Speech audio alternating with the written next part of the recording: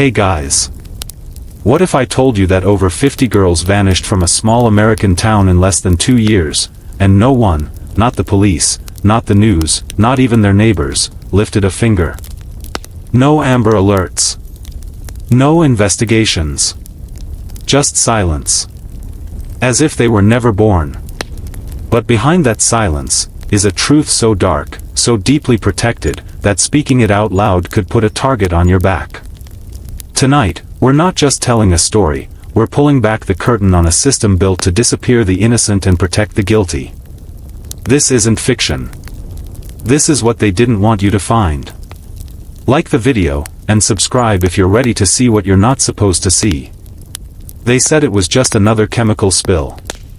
But the first time the water turned black in Parkersburg, West Virginia, no one from DuPont said a word. Children swam in the river. Dogs drank from kitchen sinks. Babies were bathed in toxic foam.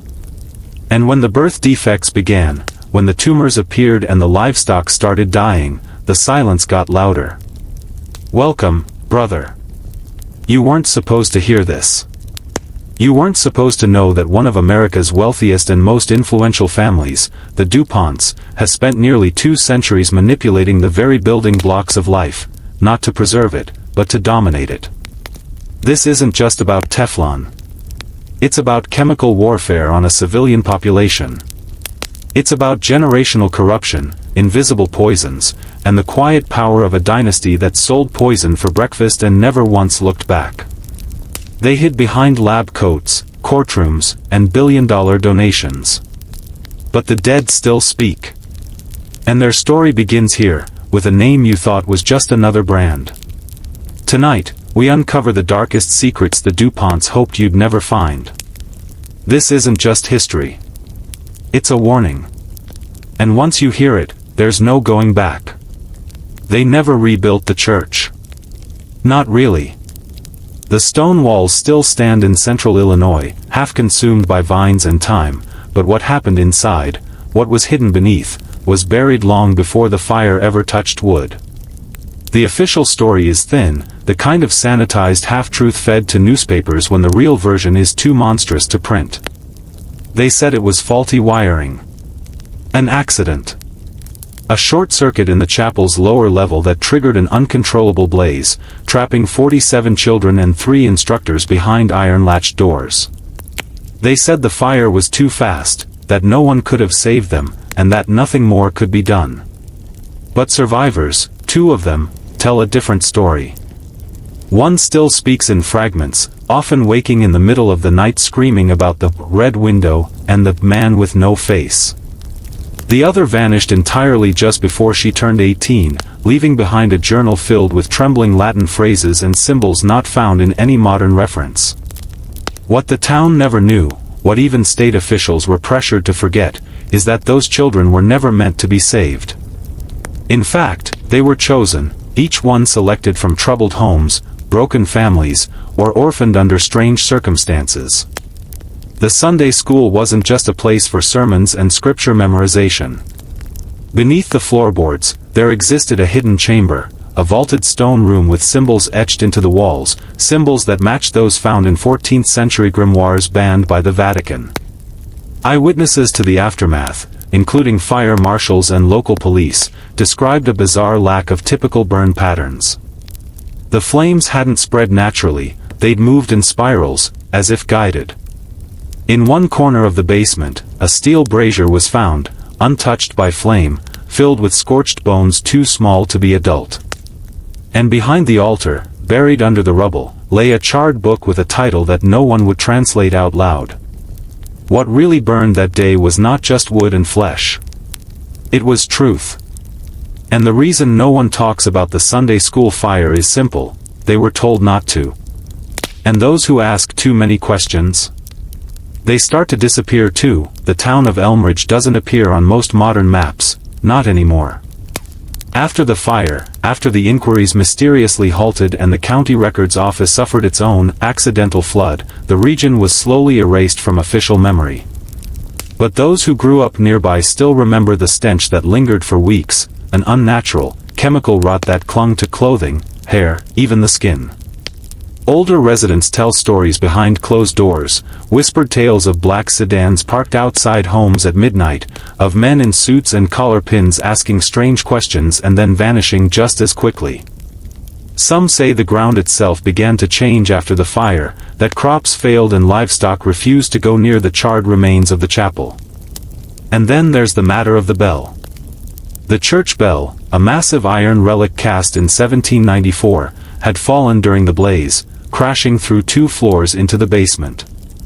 But when recovery crews searched the wreckage days later, the bell was gone. Not broken, not buried, gone.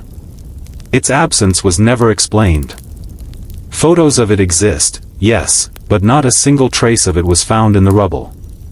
More curious still is what one of the volunteer firefighters, an outsider from a neighboring town, claimed he saw when they first breached the outer wall. They were already dead, he muttered, trembling, but their mouths were open, like they were screaming in praise. His statement was never included in the official report. In fact, the report itself reads like it was written by someone who wasn't there, clinical, detached, and remarkably incomplete. It makes no mention of the handprints scorched into the walls, the symmetrical ash markings that some experts later connected to ancient summoning rites. And perhaps the most disturbing omission, the fire alarms never went off. Not in the building, not in the surrounding block.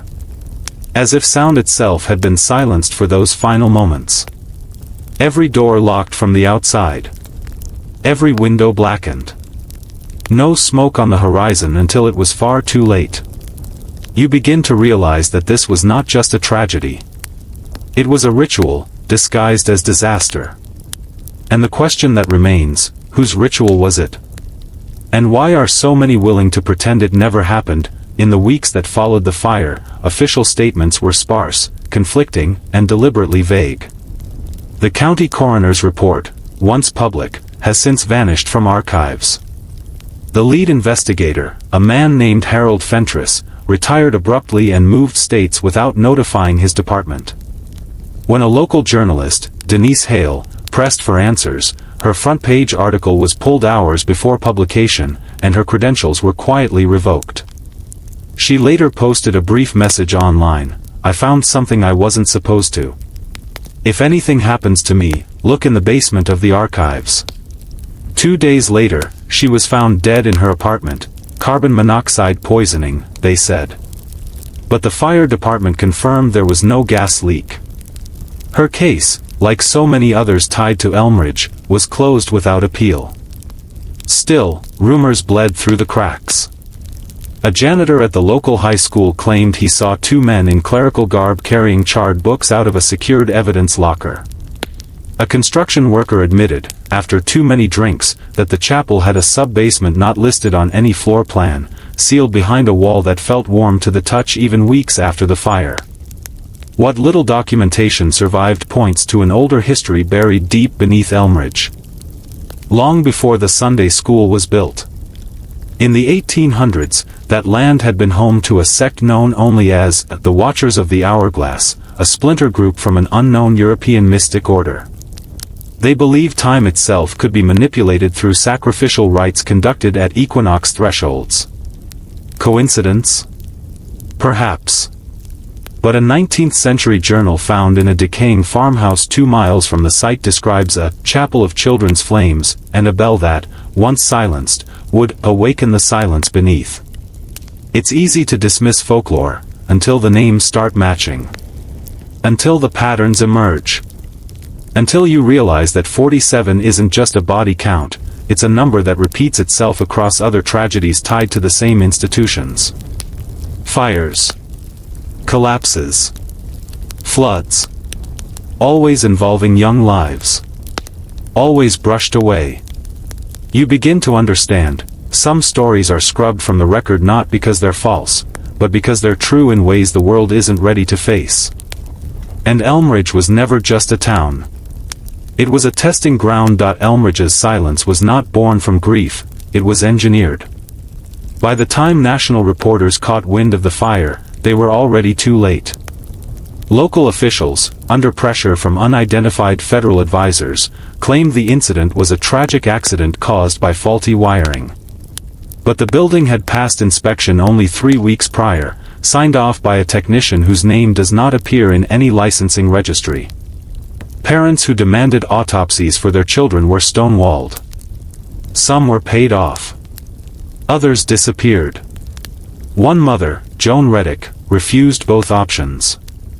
She spoke out publicly, claiming her daughter's body bore strange incisions not consistent with fire injuries. She showed photographs, burn patterns that seemed symmetrical, almost ritualistic. Days later, her house burned to the ground with her inside. Her death was ruled another electrical accident. And no one questioned it. What kind of fire cuts skin cleanly in spirals?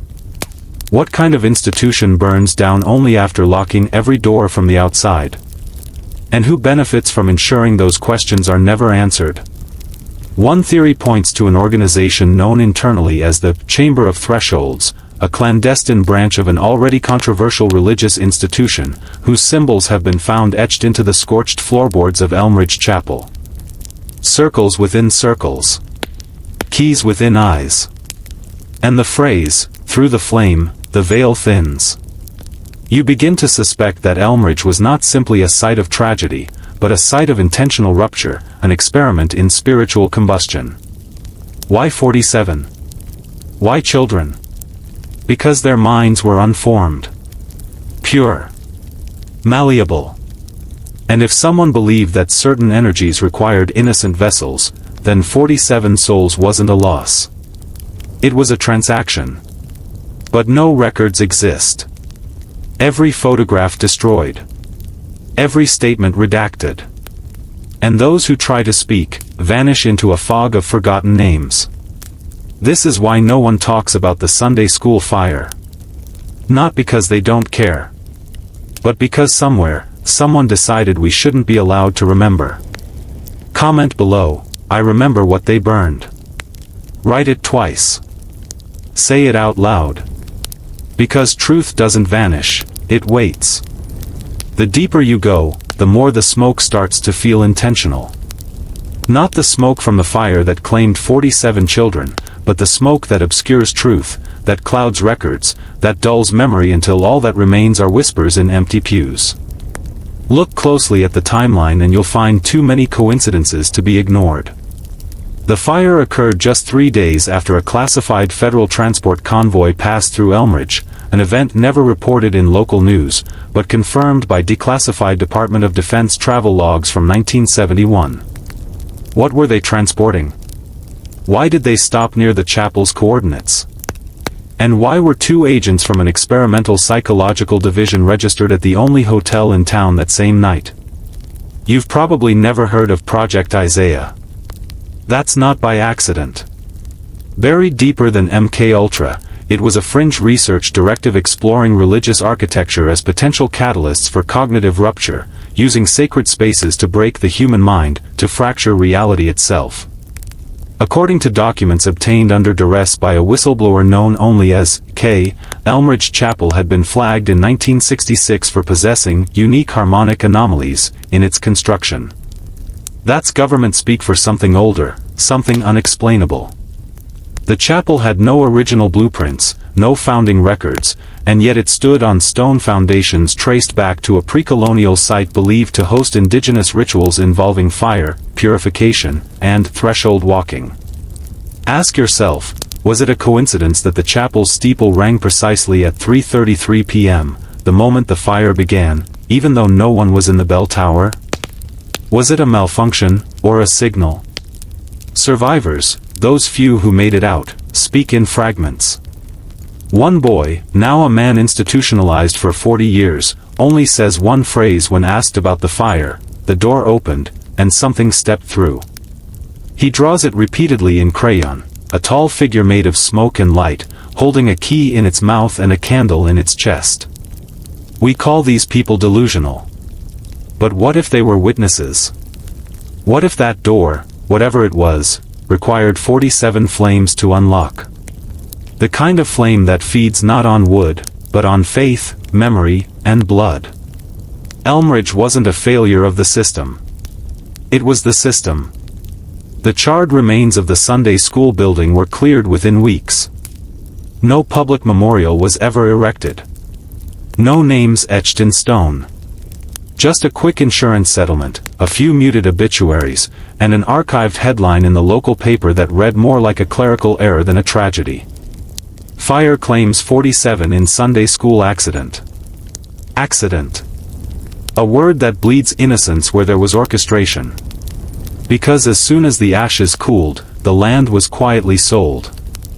Not to grieving families or local churchgoers, but to a private holding company registered in Delaware, one with zero public presence but a long, documented trail of acquiring sites tied to mass trauma and unexplained phenomena. The company's name? Tenebra Holdings. Latin for darkness. Their board is a ghost ship, no photos, no bios, only initials. But in 1996, an internal leak from a disillusioned staffer revealed something chilling. Tenebra wasn't in the business of land. They were in the business of resonance. Their properties weren't chosen by value, but by vibration, places where immense pain had been released, saturating the soil with frequencies not yet measurable by public science. Frequencies that could be harvested. That's right, trauma as resource. Fire as ritual. Children as currency. The new structure they built on the Elmridge site was labeled as a community center, but no community was ever allowed in. What went on behind those blacked-out windows? Why did local teenagers report hearing organ music and reverse chanting after midnight? Why did one postal worker, delivering a certified envelope, report that upon touching the front door he saw, just for a moment, his own mother, dead for 10 years, standing behind it? Trauma doesn't fade. It imprints. And when it's collective, concentrated, and unprocessed, it becomes a tool. A lever. A frequency. The Elmridge fire wasn't about religion or tragedy, it was about turning pain into energy. Into access. Into permission. And now, decades later, those with the means and the knowledge return to these sites to drink from wells dug in agony.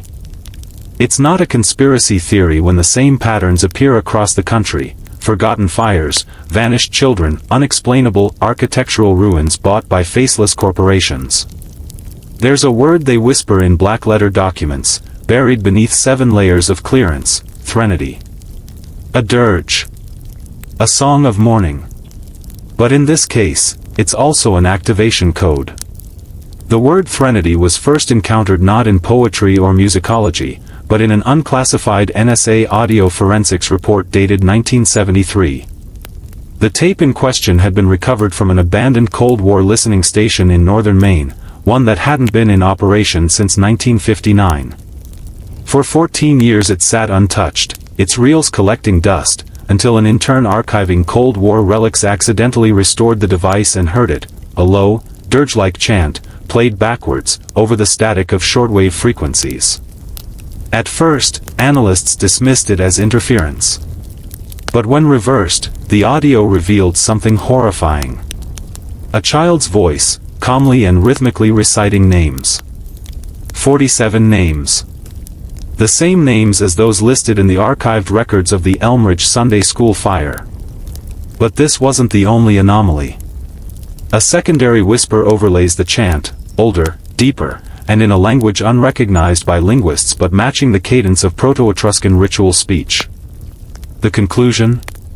Someone, or something, was transmitting grief, and guiding it. The frequency was traced to multiple defunct fire sites across the U.S., all with the same pattern: mass youth deaths, unexplained cause, and immediate silence. These sites form a shape when plotted, an ancient sigil known as the Lyman spiral, a geometric construct believed by mystery schools to thin the veil between worlds. The Elmridge fire was not random. It was one point in a ritual network activated by pain. And those with knowledge, families, corporations, cults, have kept it alive. The DuPont estate in Delaware. The Ashworth property in Kentucky. The Vailhart ruins in upstate New York. Each with histories of sudden disappearances, fires, or accidents involving children. But here's the darkest part, the chant wasn't broadcast. It was received. These places didn't call out to evil, they were responding to something older, something beneath. Not metaphorically. Literally.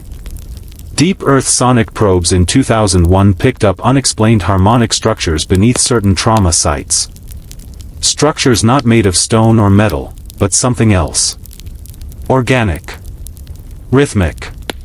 Pulsing with memory. The Earth does not forget. It stores pain like blood in a wound. And for the right price, the elite know how to tap into it. That's why the truth about the Sunday school fire is buried, not just to hide human cruelty, but to guard the entrances to something far worse. Because in the silence beneath the ashes, something still listens. In 1984, a classified memo circulated within the Department of Energy's Geospatial Anomaly Task Force, an obscure branch not even acknowledged in budget hearings. The memo detailed the discovery of a subharmonic frequency anomaly located directly beneath the ruins of Elmridge's burned Sunday school. According to seismic charts, the earth beneath the structure did not behave like normal bedrock. It resonated. When exposed to specific frequencies, particularly children's choirs in C minor, the ground would respond with measurable vibrations, as though it were humming back. These weren't minor tremors. They were intelligent echoes, forming patterns identical to ancient liturgical scores buried in Vatican archives, hymns of grief used in ceremonies of containment, not celebration.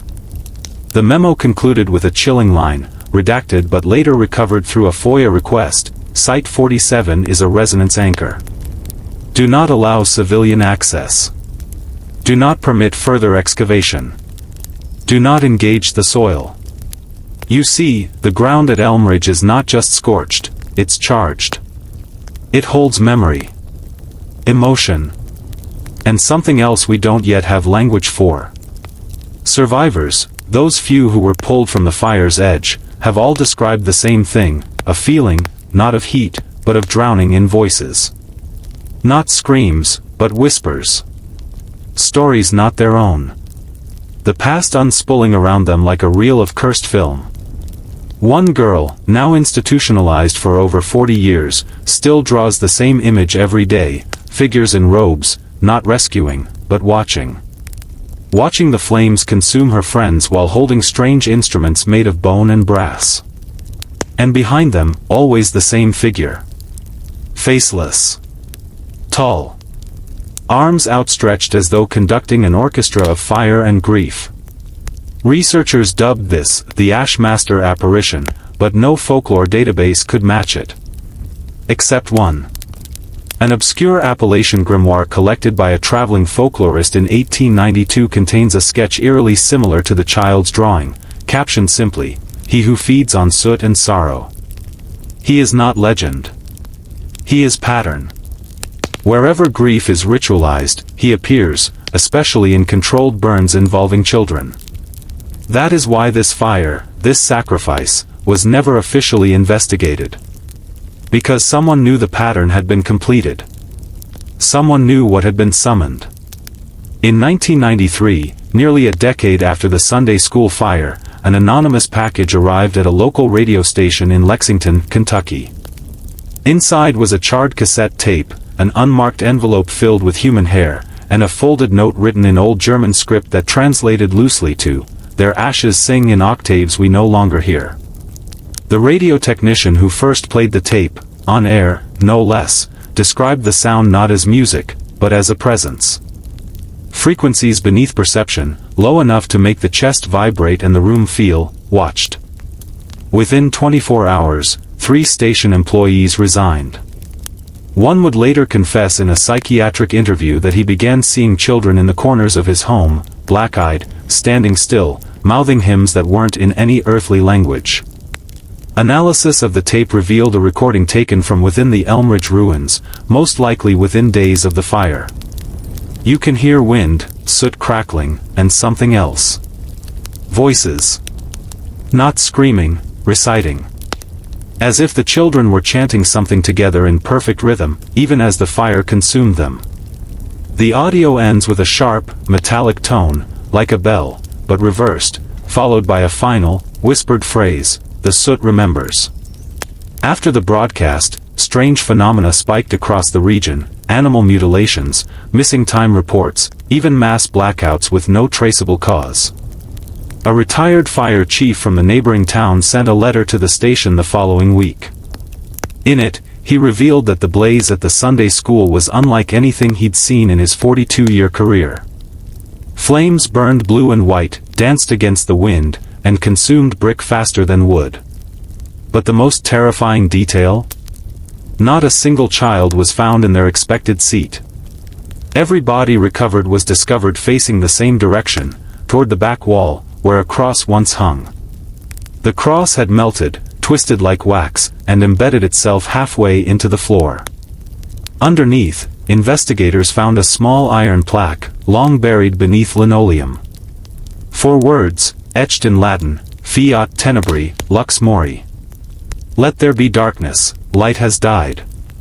This wasn't just a fire. It was a ceremony.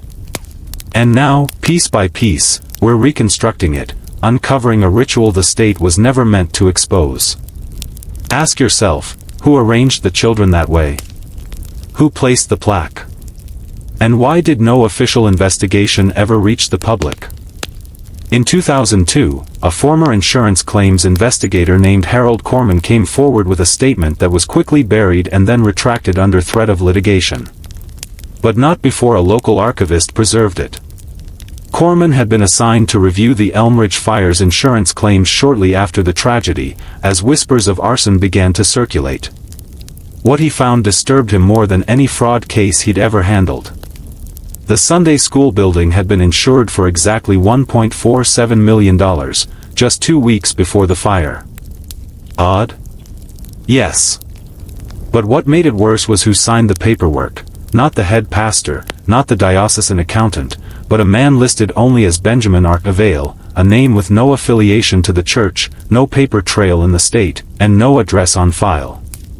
The signature on the policy, when run through forensic analysis, didn't match any known human handwriting pattern. It wasn't forged, it was unclassifiable. When Corman requested clarification, he received a visit, not from an underwriter, but from 2 men in government-issued black coats. One introduced himself as Mr. Fun, the other never spoke. They advised him to close the file and move on. That was the end, until now. Because in 2017, a genealogist researching coal families in eastern Kentucky found mention of a Vail family in 1842 court records. Landowners, miners, and, according to one sealed ledger, custodians of a private chapel used for cleansing rituals involving fire, children, and silence. What does this mean? It means Benjamin Vail wasn't a random signature. It means someone, or something, had prepared for that fire, had even written it into policy. Insurance as sacrament. Paperwork as spellcraft. The vaults didn't burn, and neither did the financial records. Only the children. And the building. And the memory. You see, this isn't just about a tragedy. This is about design. About how certain fires don't start, they're summoned. About how the truth doesn't die, it's rewritten. You are not watching a video about a forgotten school fire. You are standing at the edge of a system that transforms ritual into bureaucracy, faith into transaction, and death into insurance dividends. And you haven't heard the last of Benjamin Avail. He appears again in state archives, in fires going back decades. Always just out of reach. Always just before the flames. Always just after the screams. In the fall of 1984, a janitor named Clyde Mercer claimed he saw a man matching Benjamin Vail's description standing across the road from the Elmridge ruins, a full 8 months after the fire had consumed the Sunday school and left 47 children dead. Mercer, a war veteran with no history of hallucinations or psychiatric illness, described the man as too still, too clean, and too calm. He wore an immaculate gray suit, carried no briefcase, and simply stared at the ashes until nightfall. Mercer tried to approach him, but the man turned and walked into the woods behind the old cemetery without a sound, disappearing into terrain that had no visible exit path. That same evening, Mercer found something left behind at the fence post where the man had been standing, a scorched hymnal, open to a page with the number 147 circled in charcoal. The lyrics were underlined, "Let the little children come to me, and do not hinder them, for the kingdom of heaven belongs to such as these." Mercer didn't sleep for 3 nights. The next week, he reported it to the sheriff's office. The hymnal vanished during processing, and Mercer was later found dead in his trailer, having reportedly hanged himself. No suicide note. No fingerprints on the belt. The case was closed in 3 days. But Clyde Mercer had confided something to a coworker before his death, that he'd seen the same man in a photograph years earlier, buried deep in the church's archives, a faded black and white group portrait from the 1930s showing Sunday school teachers lined up beside a summer Bible camp tent. On the far edge of the photo stood a man in a gray suit. Same posture. Same stare. Same cold presence. The problem? That photo was taken 52 years before the Elmridge fire. And according to church records, not a single teacher in the photo could identify the man at the time. He simply wasn't supposed to be there. They called him the stranger. Some said he was a local vagrant. Others, a lost seminarian. But there was one chilling theory, whispered by older parishioners behind closed doors, that the man wasn't human at all. That he had been showing up at church fires since the 1800s. Watching. Waiting. Ensuring. So the question is no longer why no one talks about the fire. The question is who was making sure they didn't. And what exactly was being fed to the flames. In 1902, a fire consumed a Lutheran orphanage in rural Pennsylvania. The official cause was faulty lantern oil, but local accounts describe a thin man in gray seen walking calmly into the burning building, and never emerging. In 1919, a fire during midnight mass at St. Callistus in Missouri killed 22 parishioners. The only person unaccounted for among the dead was a visiting preacher whose name couldn't be verified, and whose body was never recovered. In both cases, witnesses described the same unnatural figure, a tall, silent man in gray, always on the periphery of disaster. Over the decades, he earned many names: the Warden, the Watcher in Ash, the Gray Shepherd. But those were just superstitions, until someone noticed the pattern. In the 1970s, Father Marcus Elgin, a Jesuit archivist with a minor appointment to the Vatican's Office of Sacred Records, began compiling what he called the Ash Manifest. It was an unauthorized catalog of church-related fires going back nearly 200 years. Not just big disasters, but small ones too. Mission shacks in the Amazon. Remote chapels in Alaska.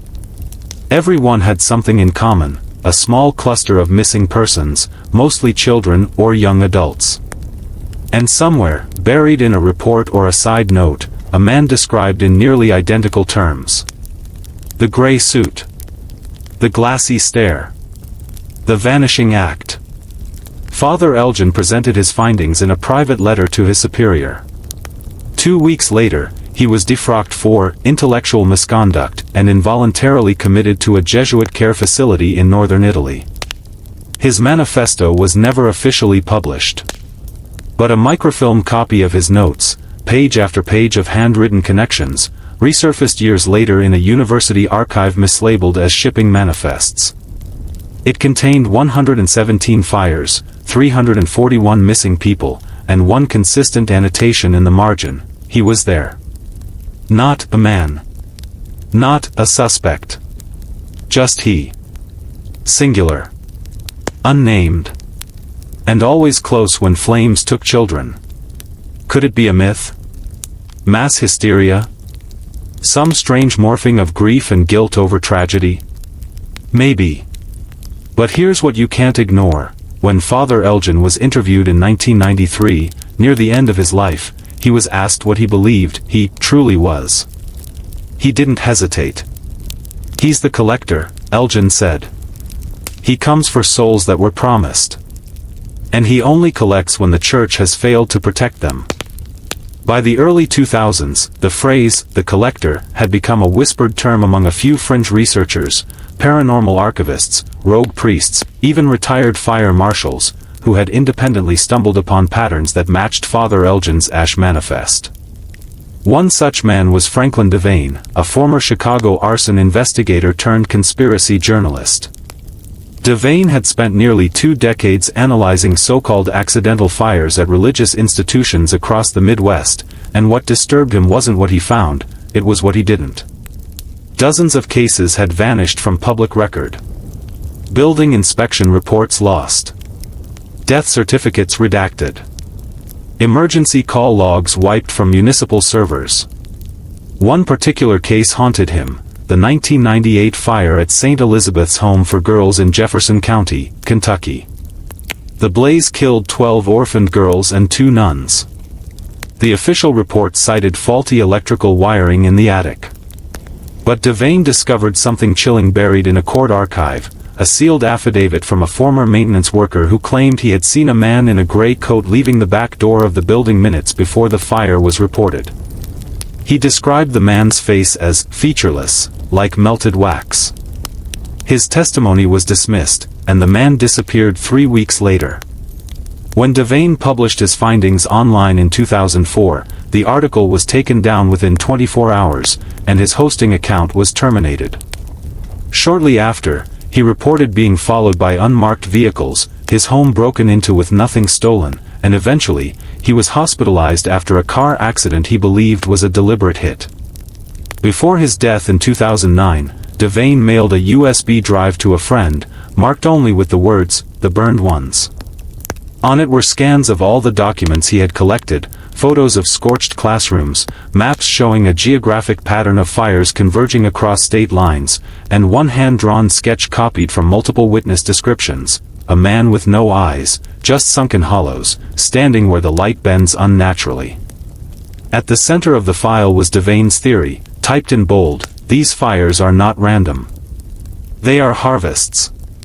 And someone, something, is counting." The chilling suggestion was not just that the fires were intentional, but ritualistic, that something ancient and calculating was hiding behind the veil of accidents and religious tragedy. You still want to keep going? You've come this far. Now hear this, and hear it well, everything you've been told about those Sunday school fires, the investigations, the electrical malfunctions, the so-called acts of God, is a lie wrapped in bureaucracy and sealed with a rosary. There are layers to this deception, and at the bottom lies something far more sinister than negligence. In 2011, a whistleblower known only as Catherine E. reached out to a fringe occult research journal based out of Vermont. She claimed to have worked in the archives division of the Diocese of Evansville, Indiana, where she stumbled upon restricted files relating to over 30 religious building fires between 1956 and 2004. Her job was to digitize records, but when she attempted to scan certain fire reports, the system locked her out. One document was titled simply, Project Ophanim. She copied what she could by hand. According to her transcription, the fires were calculated emissions meant to fulfill an ongoing cycle of offering orchestrated by a hidden ecclesiastical council known as the 13th Cloth. This group allegedly operated outside Vatican jurisdiction, using religious institutions as fronts for ancient purification rites that dated back to pre-Christian mystery cults. Catherine described diagrams labeled with celestial alignments and time stamps for each fire, often during eclipses, solstices, or feast days of obscure saints whose names had been scrubbed from modern calendars. Each fire correlated with a specific type of building, orphanages, schools, and cloistered convents. The victims were predominantly girls between the ages of 7 and 12. Catherine wrote that the pattern wasn't random, it was ritualistic and precise. In one of her last emails before disappearing, she included a photograph of a small brass token she claimed to have found behind the paneling of an old confession booth in a burned-out chapel. The token bore a symbol resembling a twisted infinity loop, surrounded by Latin text, lux per combustionem, light through burning. Her last message read, "They are not accidents. They are selections. Since then, any search of her name online yields nothing. Her apartment was found empty, rent paid for 6 months in advance. And the journal that published her work? It ceased publication within the year, its offices mysteriously burned in what the fire department called an unattended incense accident. Still think this is folklore? Or are you finally beginning to see? The veil isn't thinning. It was never closed to begin with. In 1987, a janitor named Ellis Markham working at the now demolished St. Isidore's Parish in Pikeville, Kentucky, uncovered a hidden basement chamber beneath the burned-out schoolhouse. The church had long claimed the basement didn't exist. Plans showed no foundation access, no underground construction, but when a section of the sanctuary's wooden floor collapsed during his rounds, Ellis fell into a stone room with no stairs and no obvious entry point. What he found in that room never made it into any official report. His original written statement, obtained through a retired firefighter who helped him out of the hole, described what he called a place of shadows and names. Lining the walls were hundreds of small wooden plaques, each carved with a child's name, a date, and a Latin phrase, Hostia Innocens, the innocent sacrifice. Some of the names matched victims from a 1962 fire at the Sunday school next door, which was officially attributed to faulty wiring. But that fire had been resolved decades ago, its ashes swept and story buried. Ellis also described burnt candles placed in geometric formation, 7 in a circle, 1 in the center, and beneath the central wax pool, he discovered a metal grate. Lifting it revealed a shaft leading even deeper underground. The air that came from it, he wrote, smelled like ash, copper, and lilies. Not dead, not rotted. More like something waiting. The next day, the site was sealed. Within a week, Ellis was fired and moved out of state. He told no one but the firefighter who pulled him up. That man kept the janitor's statement and shared it with a regional reporter, who tried to run the story in a 1990 Sunday edition. But the article was pulled at the last moment by editors citing legal risks. Years later, when that same reporter filed a FOIA request for fire reports and architectural plans, the response stated no records existed for any structure matching St. Isidore's description. The entire building had been erased. If this sounds familiar, it should.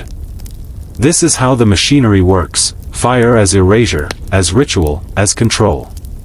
We are not dealing with random tragedies, but engineered acts of silence, purposed flames designed to consume not just the body, but the memory. And if they're willing to burn 47 children and build sanctuaries atop the ashes, what else are they building, right beneath your feet?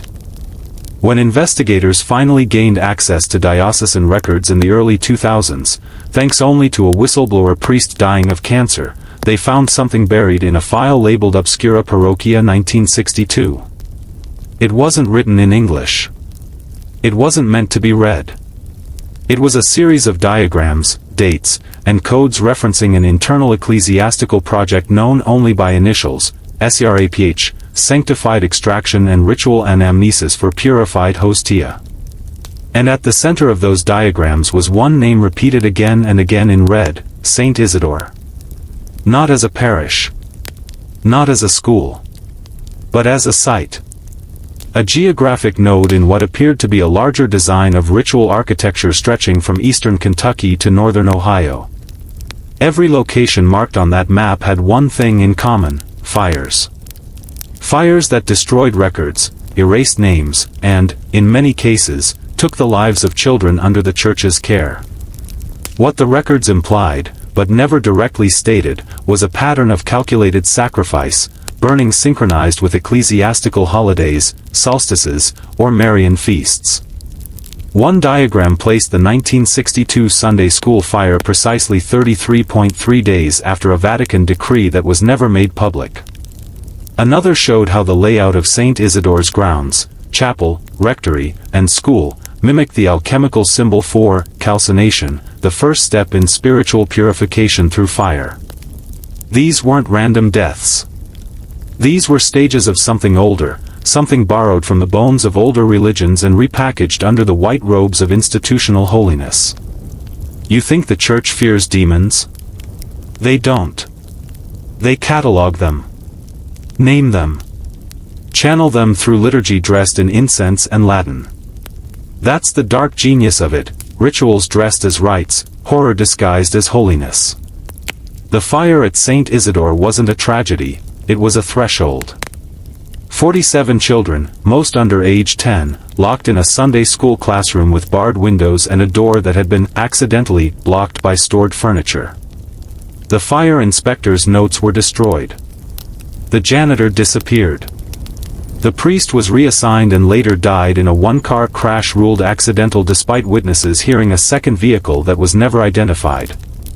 If you followed this far, you already know, this was never about one fire, one family, one church. It was about something deeper. Something designed to repeat. And if the Veilhart, Ashworth, and DuPont families taught us anything, it's this: bloodlines run through these rituals, not just as victims, but as architects. The deeper we dig into the Veilhart tragedy, the clearer it becomes, this wasn't just an isolated act of ritual horror.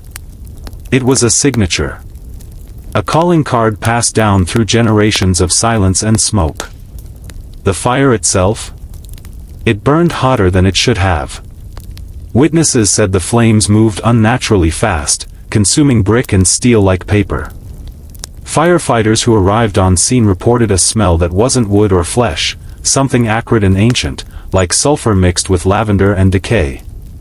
But what really unsettled them were the symbols left behind, scorched into the concrete beneath where the children's bodies were found, geometric sigils not found in any standard theological lexicon.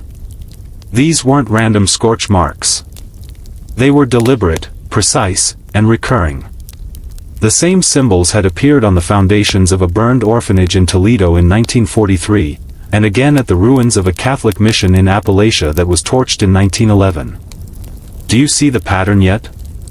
Every 18 to 22 years, like clockwork, another accidental fire. Always at a remote parish. Always involving children. Always swept away in the name of clerical error or tragic misfortune. But when independent researchers overlaid those burned sites on a topographic grid, something emerged, a pentagonal pattern spanning the American Midwest. A ritual geometry of destruction, mapped in ashes and blood. At the center of this pattern, the Veilhart property, now technically owned by a private Catholic trust operating under a shell corporation registered in Luxembourg. Ask yourself, why would an abandoned Sunday school in rural Kentucky still be legally protected by offshore holdings? Why would surveillance drones monitor a site with no official use since 1962? Because they're still using it. Not for Sunday school, but for reenactments. For echoes. For energy. You think that fire was the end? It was the ignition. You felt it, haven't you? That sense of something watching when you walk past old churches at night. That pull of dread and reverence twisted together like strands of smoke. That's not imagination. That's ancestral memory. Your blood remembers what they've tried to make you forget. Comment below, twice, the phrase, ashes remember, if you've seen the pattern now. It's not just a story. It's a summoning. And we're only halfway down. The most chilling piece of the Veilhart puzzle didn't come from a church archive or a forgotten newspaper clipping, it came from a girl who survived. Her name was Lydia Hartwell, and she was just 9 years old when the fire consumed the Sunday school. For decades, no one knew she'd made it out. Her name was quietly scrubbed from all official death records, and she was raised under a different identity in a foster system halfway across the state. But in 1993, at the age of 40, she came forward to a private investigator hired by a family member of one of the other lost children. What she said was so disturbing, so unbelievable, that the investigator initially assumed she was delusional, until she led him to the underground chamber. Beneath the burned-out remains of the chapel, hidden behind a false stone wall in the basement, was a small room lined with child-sized wooden benches. Along the far wall was a single altar carved from black limestone, with grooves shaped to catch and direct liquid. The symbols again, those ancient, impossible designs, were etched into every surface, including the ceiling. Lydia said she had been taken there weeks before the fire. That a man in priest's robes, but with hands too long and eyes that never blinked, had told them they were being chosen for something eternal. She remembered other children crying, chanting, and strange smells that made her dizzy. And she remembered one phrase, repeated again and again, "Through the flame, you will rise." When the investigator returned the next day with a police contact, the chamber was gone. Sealed with concrete. No trace. No photographs. No evidence. But Lydia's memories remained, and they matched stories from other burned sites across the Midwest. Similar altars. Similar symbols. Always children. Always fire. What kind of church teaches that suffering is purification? What kind of God requires burnt offerings in hidden rooms? And more importantly, who's still protecting these places today? The shell companies. The sealed records. The strange legal protections. This is not a ghost story.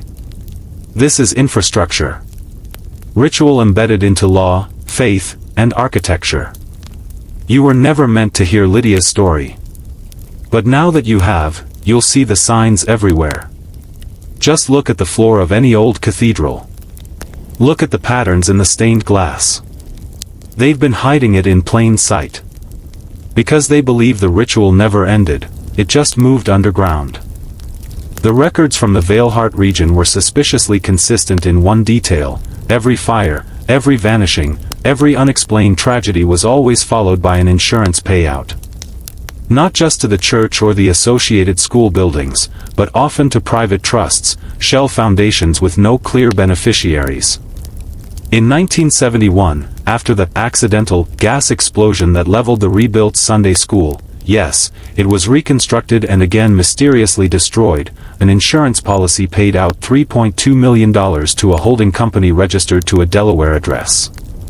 When investigators followed the paper trail, they discovered that the company had been dissolved and reformed 17 times under different names, but always tracing back to the same two signatures, Leopold R. Vailhart and someone named Emmanuel K.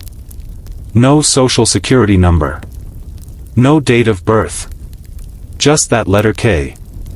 The same initials appeared in maintenance logs, court documents, and even purchase orders for cleaning chemicals used at the site.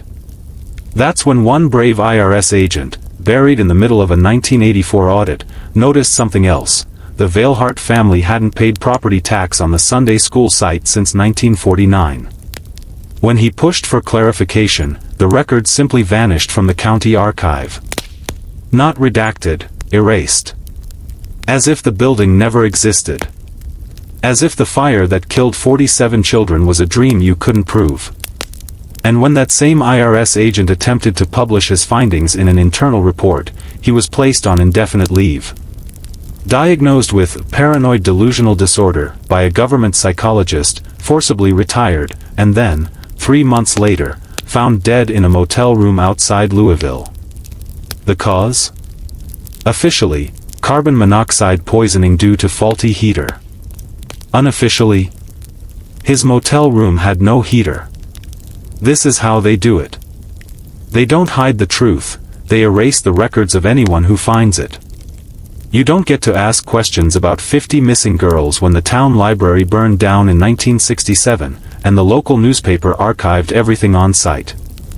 You don't get to investigate tax fraud when the courthouse floods and mold destroys every file before digitization. And you don't get to uncover a legacy of ritual child sacrifice when everyone who lived through it was either silenced, institutionalized, or buried with a closed casket. The real question isn't how this happened. It's why they've spent so much money making sure you never find out. And who still profits every time the flames return. There is one photograph, grainy, sepia-toned, half-burned at the edges, that survived everything. It was found inside a hollowed-out hymnal in 1993 during a renovation project at a church 20 miles from the original Vailhart grounds. The photo shows the Sunday school class of 1952. 47 children, some smiling, some clearly told not to move, all standing in front of the chapel's old brick facade. But there's something wrong with the image. In the center, where the teacher should be, there's a dark blur, too wide for a person, almost shadow-like, but with a sharp glint where eyes should be. Experts claimed it was a photographic error. Locals who were still alive claimed there was no teacher in that class photo because, by that point, the children had begun teaching each other. That detail is important. Because when children start whispering about rituals, about secret basements beneath the choir room, and about the man with the long mouth, you're forced to ask, where did they hear it? Who taught them the words to chants that don't exist in any church registry but match almost identically to forbidden Latin invocations found in pre-Christian grimoires? Who placed the symbols, the identical spiral carvings found beneath the floorboards, etched with knives, into their coloring books? One priest, Father Daniels, wrote in a letter dated October 1953 that during a routine confessional, a 9-year-old girl calmly told him, "We're not afraid of the fire. It's how we get clean." He thought it was metaphor. Until the night he saw 3 children walking barefoot through the snow behind the rectory, wearing white gowns, carrying unlit candles. No adult in sight. And when he tried to follow them, they vanished. Not ran, vanished. Gone without sound or footprints. That priest left the church 3 weeks later and was never seen again. His personal Bible, however, was found in the ashes of the second chapel fire, open to Leviticus 18 verse 21, "Do not give any of your children to be sacrificed to Molech." Beneath it, scribbled in frantic handwriting, "They are not worshipping Christ here." If there was ever doubt about the Veilhart family's role in the story, it ends with that photo. Because in the bottom right corner, etched faintly into the edge of the frame, are initials, LV, the same ones found on insurance documents, death records, and a deed to land that, to this day, no one can legally claim. The deeper you dig, the more you realize, this wasn't just an isolated fire, a tragic accident, or a misunderstood family legacy. The Veilhart name is a cipher. A mask. A sigil etched across a century of cover-ups, ritual disasters, and systemic silencing. Their fortune wasn't built on land or oil or industry. It was built on control. Psychological, generational, and absolute.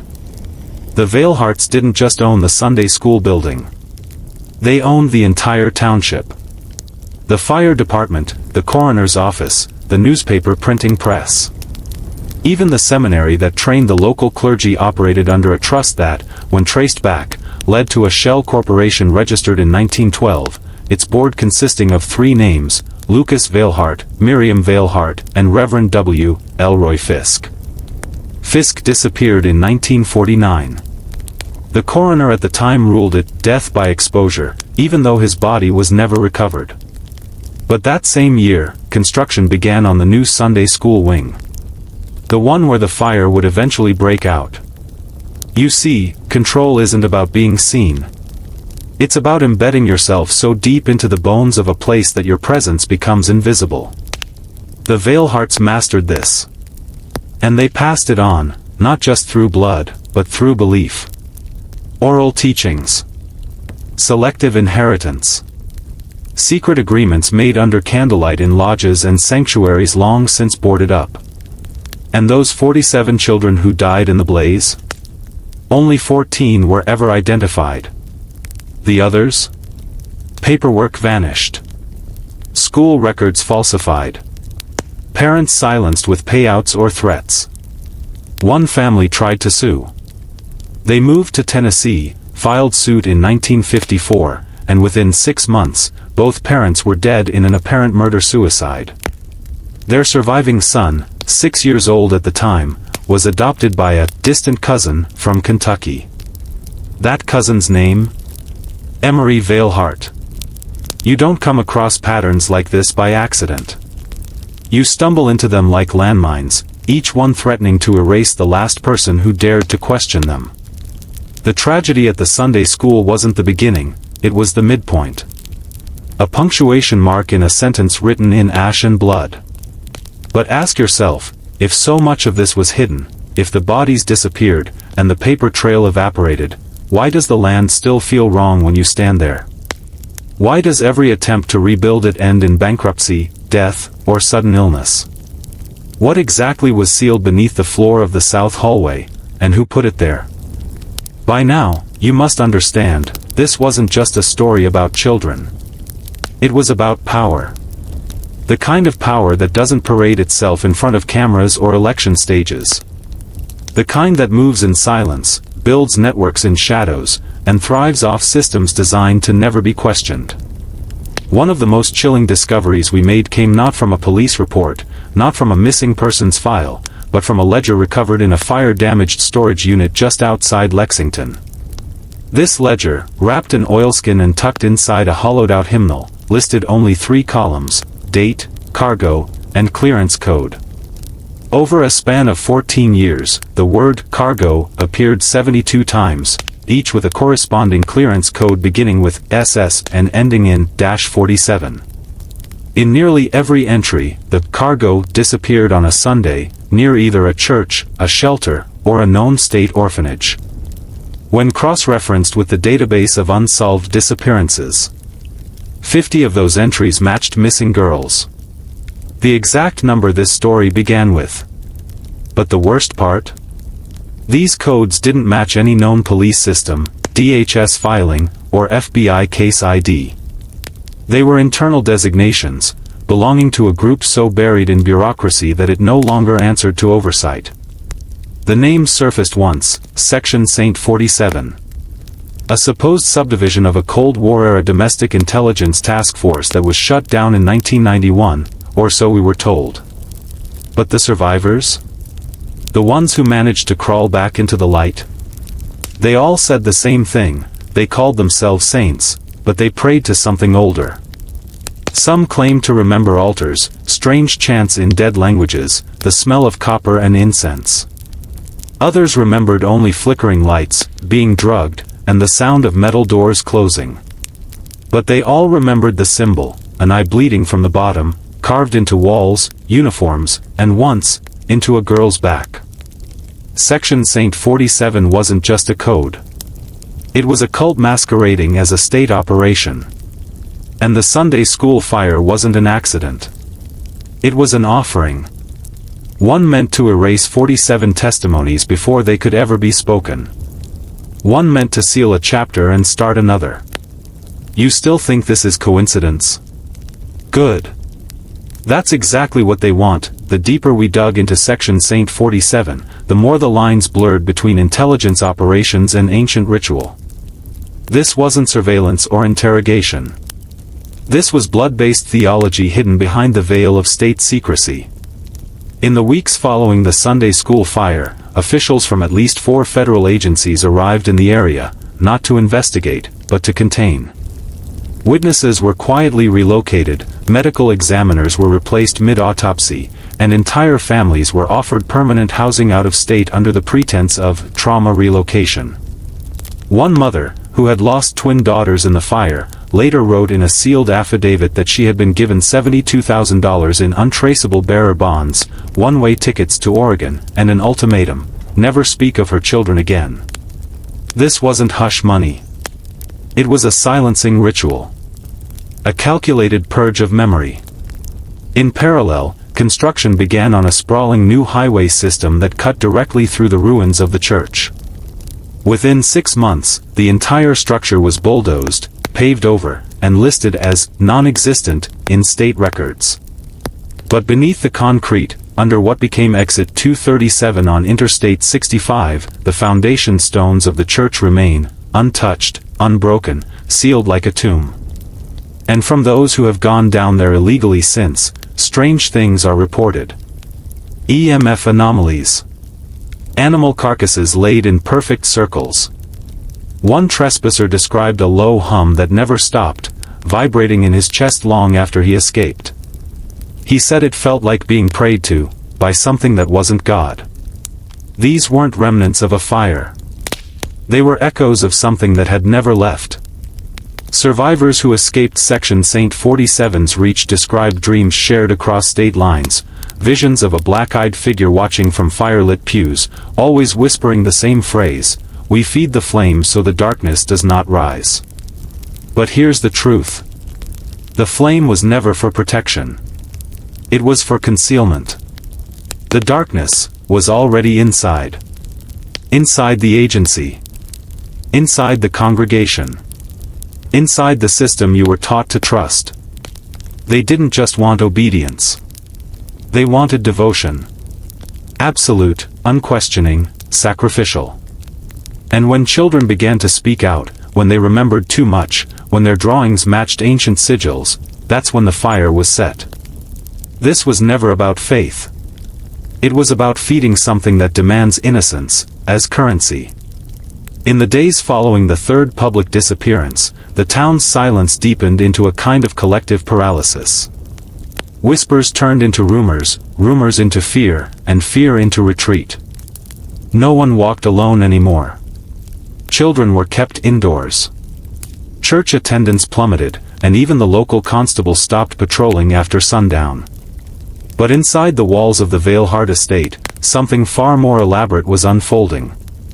At the heart of the family's vast underground crypt, one most townsfolk assumed was simply a product of urban legend, Lady Isadora Veilhard had begun the final phase of a ceremony that had taken nearly 4 decades to prepare.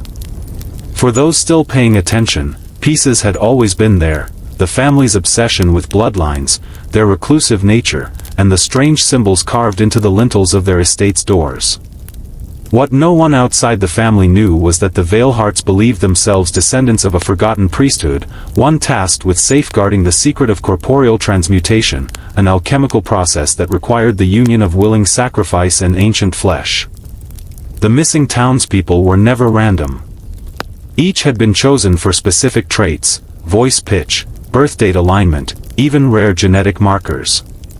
And now, with the correct number secured, Isadora stood in the candlelit chamber, reciting words older than any known language, her voice weaving through time, space, and bone. Her goal was not resurrection, but permanence. To never decay. To never die.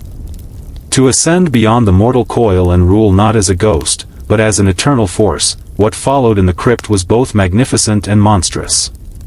Witnesses, those who claimed to have seen it in dream or trance, spoke of a spiraling column of crimson light erupting from the earth itself, as though the planet had ruptured to scream. The ritual had succeeded, at least in part. Lady Isadora's body was never found, but fragments of her journal surfaced years later in a collection owned by an obscure French occultist.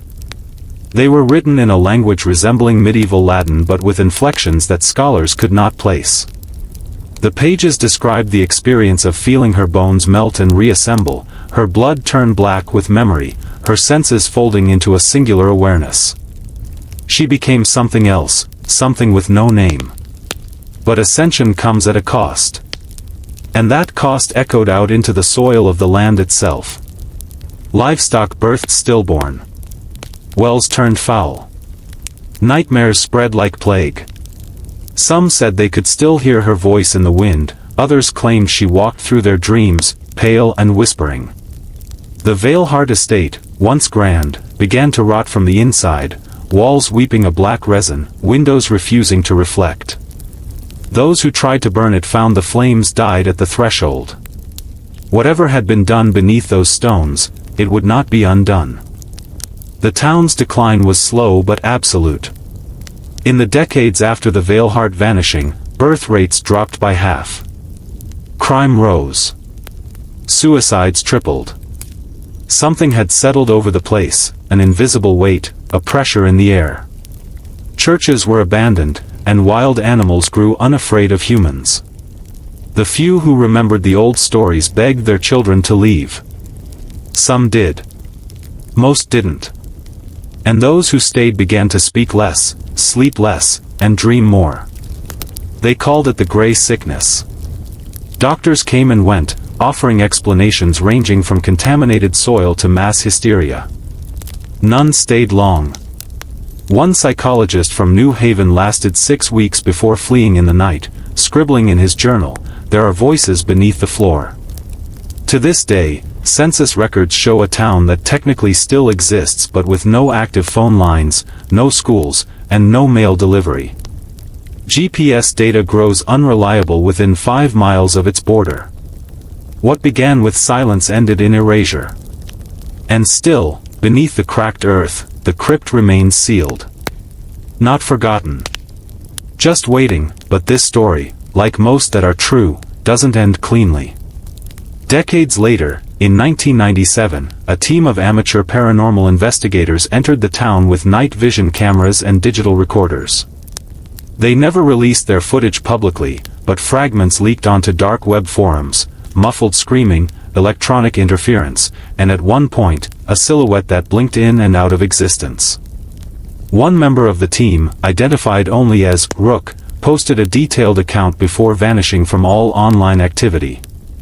In his post, he described entering the Veilheart crypt, noting its impossible architecture. Hallways that looped in on themselves, doors that opened into places they shouldn't, and a scent he described as memory turned rancid. The further they went, the more the walls seemed to pulse, alive with breath and intent. At the heart of the crypt stood a statue, or so they thought, of a woman mid-scream, her eyes wide with something between agony and ecstasy. But it wasn't a statue. Not exactly. The figure exhaled. And then the feed went dead. Government response was predictable. Within a week, the area was quarantined under the pretense of environmental hazard due to an underground gas leak. Fences were erected. Signage warned of radioactive contamination. But satellite imagery showed something stranger: new construction. Not public. Not military. Something else. An octagonal structure built directly above the old Veilheart estate, wrapped in thermal shielding and electromagnetic dampeners. Locals who tried to approach were arrested or disappeared. Documents obtained through FOIA revealed that a private contractor, Codex 9 Systems, had been granted sole jurisdiction over the site. Codex 9, a defense-adjacent think tank with ties to experimental cognition studies and mythological weaponization. What, exactly, they found in the crypt remains classified. But internal memos referenced phrases like nonlinear consciousness capture, post-organic trauma echo, and interdimensional sovereignty breach. Whatever Isadora Veilheart became, it wasn't done evolving. In recent years, scattered reports have emerged from people who once lived near the area. They speak of sudden memory lapses, waking up miles from their homes, and visions of a woman with silver eyes standing at the foot of their beds. A few have reported receiving handwritten letters, sealed with red wax, inviting them back to where the flesh remembers. Each letter signed only with a single name, Isadora. Attempts to trace the origin of these messages lead nowhere. One recipient, a retired linguist, found her handwriting altered permanently after receiving such a note, now capable of writing in that same unknown language described in Isadora's journal. The more she wrote, the more she forgot her native tongue. Eventually, she stopped speaking altogether, found curled in a fetal position repeating the phrase, "We are the echo, not the voice." Some believe the Veilheart ritual succeeded in ways even the family could not have imagined. That Isadora's transformation fractured the barrier between dimensions, letting something bleed through, a consciousness without form, a hunger without mouth. It now anchors itself to memory, to grief, to longing. It doesn't attack, it integrates. People don't vanish, they dissolve, becoming echoes of themselves, replaying moments endlessly within the folds of fractured time. Urban explorers who've tried to document the town report clocks that move backward, mirrors that show futures instead of reflections, and recordings that play back voices that weren't there. They don't all return. And those who do often find something missing, no scars, but a sense that some essential thread in their being has been snipped. It's as if the Veilheart legacy is no longer tied to bloodlines but to thought itself, infecting the collective consciousness with its presence. The danger now isn't just what happened in the past, but how that past is being curated. Codex 9's activities suggest they aren't trying to contain the phenomenon but study it, harness it. What began as dark inheritance has become an experiment in psychic colonization. Memories are the new battleground. And Isadora, if she can even be called that anymore, has become a symbol, a weapon, a deity of mental erosion. Conspiracy boards call her Mother Echo. Some believe she has followers embedded in society, judges, professors, researchers, people shaping the world subtly to prepare for her full emergence. They say every time someone dreams of a staircase that leads nowhere, or a door that opens into their childhood home despite standing in a city they've never visited, she is near. That she is teaching the mind to fold, and so we end where all forbidden histories end, not with answers, but with questions. What are we, if not the sum of what we remember? What happens when even that can be rewritten by a force older than language, more intimate than breath? The Veilheart story isn't a ghost story. It's a warning. A reflection. A mirror held to the fragile construction we call self. You came here seeking secrets, and you found something else, the possibility that nothing you know is fixed. That your memories, your beliefs, even your identity might not be yours at all. That some truths don't set you free, they bind you, unravel you, whisper until your mind isn't your own. If you made it this far, type "I remember myself" twice in the comments. Not for me. For you. Because in a world where memory is no longer sacred, remembering who you are might be the last rebellion that matters.